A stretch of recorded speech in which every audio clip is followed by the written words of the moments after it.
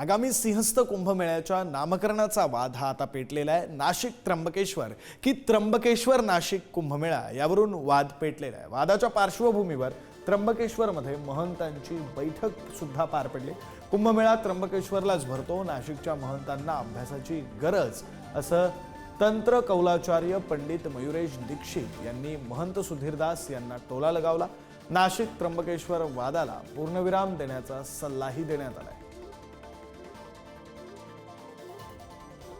पण मग आता आपलं जे त्र्यंबकेश्वरचं नाव यावं असं जे आपलं म्हणणं आहे, आता संदर्भामध्ये काय नेमका निर्णय झाला? तो यायलाच पाहिजे। येणार आम्हाला मुख्यमंत्र्यांनी शासन प्रशासनाने आश्वासन दिले आणि परवाच कलेक्टर साहेबांनी सांगितलं त्या मीटिंगमध्ये की हा निर्णय मी घेणार नाही, मुख्यमंत्री घेईल आणि शासन जो निर्णय घेईल तो आम्हाला मान्य असेल। नाशिक त्र्यंबकेश्वर याचा निर्णय झालाच आहे, प्रशासनाने निर्णय दिलाच आहे। या विषयावरती ऑलरेडी जे डॉक्युमेंट्स आहेत ते दिलंच आहे, पहिल्यापासून निर्णय दिलाच आहे ना। हा वाद काय करण्याची आवश्यकता आहे? आता असं आहे की आम्ही उलट असं म्हणत आहोत की सगळ्यांनी एकत्र बसूया, एक बैठक नाशिकला आपण गंगा गोदावरी पुरोहित संघाच्या माध्यमातून किंवा आमच्या सर्व मंडळींच्या माध्यमातून घेऊ। एक बैठक आपण त्र्यंबकेश्वरी घेऊ आणि हा जो वाद आहे हा निकालीत काढू। वाद नाहीच आहे हा।